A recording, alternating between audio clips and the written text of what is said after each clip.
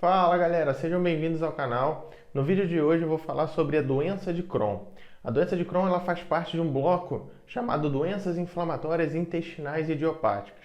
As duas principais doenças que contemplam esse bloco são a doença de Crohn e a retocolite ulcerativa.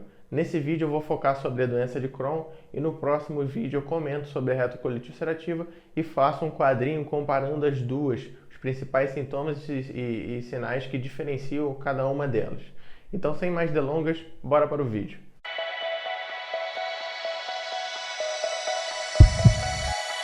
Bom, em relação à fisiopatologia e causa da doença de Crohn, infelizmente ainda não existe muito bem estabelecido esse conceito. Por isso ela se enquadra nesse bloco de doenças intestinais inflamatórias idiopáticas. A gente tem ainda algumas teorias em relação a um componente autoimune, em relação a um componente genético, mas não ficou fechado pela literatura uma causa bem definida e a sua fisiopatologia.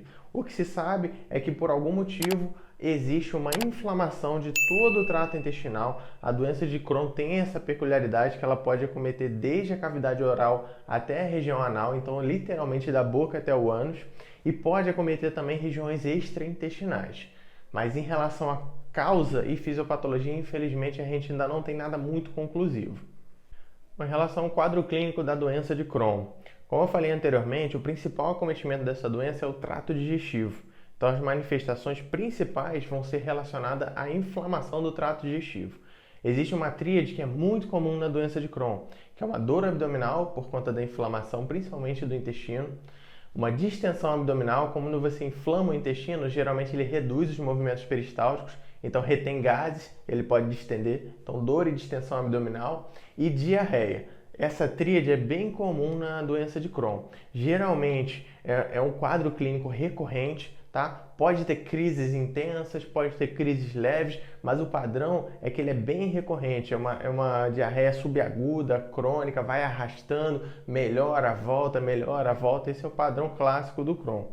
E nas suas crises, quando você tem uma crise muito intensa, dependendo do grau da inflamação, você pode ter uma diarreia sanguinolenta. Aí caracteriza muito bem a doença. Então, dor abdominal, distensão abdominal e diarreia sanguinolenta, você sempre tem que pensar em doença de Crohn.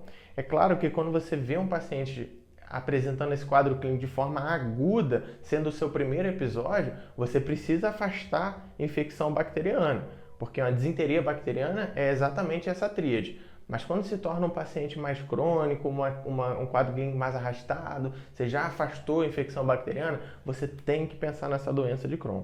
Então lembra disso, essa tríade. Dor abdominal, distensão abdominal e diarreia com sangue, principalmente se tiver um padrão recorrente, insidioso, lento, subagudo, crônico, você tem que pensar no Crohn. E o Crohn ele tem algumas peculiaridades também que fogem um pouco dessa tríade. A doença de Crohn, ela pode acometer regiões fora do intestino, são as manifestações extraintestinal. A principal manifestação extraintestinal é o acometimento articular. O Crohn ele pode fazer artrite. A artrite do Crohn ele pode ter diversos padrões. A mais comum é uma oligoartrite migratória de médias e grandes articulações. Então, geralmente, aquele paciente tem uma artrite do joelho, tornozelo, cotovelo, ombro, quadril, região axial, e essa artrite ela vai mudando. Um dia ele está com dor no joelho, aí deu uma melhorada, depois ele começa a ter dor no cotovelo e uma dor com padrão de artrite, edema, flogose, isso é bem característico da doença de Crohn. Outras manifestações extraintestinais, que vocês precisam saber é a manifestação cutânea. Então o Crohn ele pode fazer várias dermatopatias. Duas que vocês precisam lembrar, a mais comum é o eritema nodoso e outra bem rara no Crohn, mas que pode acontecer é o pioderma gangrenoso, que é uma lesão cutânea bem intensa, bem grave e necrosada. Outro acometimento extraintestinal importante é o acometimento ocular. O Crohn ele pode fazer uveíte e episclerite, então sempre lembrar disso. Agora, voltando para o trato digestivo, o paciente de doença de Crohn ele pode ter inflamação da boca até o ânus, literalmente todo o trato digestivo. Então ele pode ter manifestações sugestivas de esofagite, de gastrite, refluxo, tudo isso. Mas uma coisa importante é que ele pode acometer a porção do intestino delgado que é responsável pela absorção de nutrientes. Então ele pode fazer uma síndrome desabsortiva. O paciente com doença de Crohn, ele pode ter esteatorreia, ele pode ter deficiência de ferro, então anemia com deficiência de ferro, pode ter deficiência de vitamina B12 e suas consequências, anemia, manifestações neurológicas. Então isso tudo se engloba na doença de Crohn. Deficiência de vitamina D, prejudicando o metabolismo ósseo, cursando com osteoporose. Então, assim, o Crohn é uma doença que pode causar diversas manifestações, é uma doença bem importante, o paciente deve ser extremamente bem rastreado e investigado. Então, assim, pegou um paciente com manifestações intestinais, não ficou muito bem definido o que esse paciente tem, já afastou bactéria e ele recorre com os sintomas, sempre deve se lembrar dessa doença. Bom, quando a gente fala de complicações da doença de Crohn, é importante lembrar que essa doença ela tem um espectro de ação muito amplo. Então você pode ter desde aquele paciente brando, quadro leve, quanto aquele paciente grave com muitas complicações. Isso varia muito e é muito individualizado. Cada paciente tem o seu perfil de acometimento. Então você pode ter aquele paciente com padrão leve, uma dor abdominal discreta, uma diarreia que aparece aqui, depois melhora, aí volta a aparecer, uma hora tem sangue e outra não. Então esse paciente é a princípio bem tranquilo. E você pode ter aquele paciente grave, que evolui com complicações, diarreia sanguinolenta grave, refratária. Então esse paciente você tem que ficar mais de olho e você tem que se preocupar com as principais complicações que o Crohn pode fazer, principalmente no intestino. Então você tem que lembrar, o Crohn ele tem uma peculiaridade que ele tem uma característica de inflamação que se chama transmural, ou seja, ele atravessa todas as camadas do intestino. Então, como ele atravessa todas as camadas do intestino, ele pode fazer perfurações e fístula. Então, o paciente pode evoluir com uma perfuração espontânea do intestino, ou seja, fazer uma peritonite grave, uma sepse. Esse paciente, se não for abordado rápido, ele pode evoluir para óbito. O paciente ele pode evoluir com muitas fístulas, tá? E de diversas características. Ele pode ter fístula que comunica o intestino com o útero, o intestino com a bexiga, o intestino com a pele. Então, assim, todo paciente que começar a evoluir com fístula, você tem que obrigatoriamente pensar na doença de Crohn. Uma outra complicação importante da doença de Crohn são os quadros de obstrução intestinal. O Crohn, como faz uma inflamação crônica do intestino, toda inflamação crônica pode se transformar em fibrose. Então, como você tem fibrose no intestino, esse intestino fica um intestino rígido e às vezes pode fazer estenose, ele literalmente fecha, tá? E aí você faz um quadro de oclusão intestinal aguda e esse paciente, se não for abordado rapidamente, ele pode ter perfuração intestinal. Então, muitas das vezes, o paciente com doença de Crohn grave, ele precisa passar por procedimentos cirúrgicos com frequência. Então, essa doença ela pode ser, infelizmente, muito complicada. Quando se trata de peculiaridades da doença, a doença de Crohn tem uma peculiaridade interessante que ela aumenta o risco do paciente ter cálculos, diversos cálculos, tanto do trato urinário quanto da vesícula biliar. Vamos tentar entender o motivo disso. O cálculo da vesícula biliar, por que ele acontece? Como o Crohn ele faz uma inflamação de todo o trato digestivo, ele pode inflamar a região intestinal, principalmente o intestino delgado, que é responsável pela absorção de nutrientes. E é responsável também pela reabsorção da bile, que a gente retém na vesícula biliar. Então, quando você não tem esse ciclo vésico-intestinal muito bem funcionante, a sua bile ela pode ficar espessa. E uma bile espessa pode aumentar o risco de formação de cálculo. Então, o paciente com doença de Crohn ele pode evoluir para colelitise, colecistite e suas complicações. Em relação ao trato urinário, essa questão é uma questão muito peculiar. Ele pode predispor riscos de dois tipos de cálculos principais. O principal é o cálculo de oxalato de cálcio. E por que ele aumenta o risco de cálculo de oxalato de cálcio? O oxalato ele é uma substância que, quando ele está livre no intestino, ele é absorvido facilmente. E quando ele está ligado ao cálcio, ele não é absorvido e sai nas fezes. Como o Crohn ele prejudica a absorção de alguns nutrientes, podendo fazer um quadro de esteatorreia, ele pode levar junto muito cálcio embora. E aí sobra oxalato livre no intestino. Então o corpo absorve muito oxalato.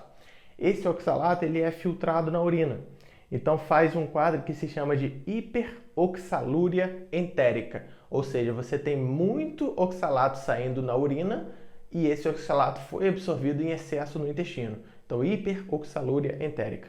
Muito oxalato saindo na urina é a oportunidade que ele tem de se ligar a um cálcio e fazer o cristal de oxalato de cálcio, formando um cálculo renal. Então esse é o principal tipo de cálculo renal formado pela doença de Crohn. Mas você pode também ter um aumento de cálculo por ácido úrico, porque o Crohn, como pode fazer esteatorreia, você pode perder muito bicarbonato no intestino. Então o organismo do paciente pode passar por momentos de mais acidose. Um organismo mais ácido, ele predispõe o risco de cálculo de ácido úrico.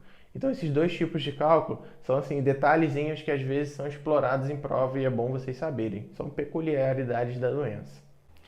Bom, e como que a gente vai fazer então o diagnóstico do nosso paciente? Existem alguns exames que não confirmam a doença, mas aumentam bastante a sua suspeição, que são marcadores de inflamação. No exame de sangue, principalmente a PCR, que é a proteína C reativa, quando ela está aumentada, ela sugere que seu paciente tem um quadro inflamatório agudo, tá? É completamente inespecífica, mas aumenta a sua suspeição para uma doença de Crohn.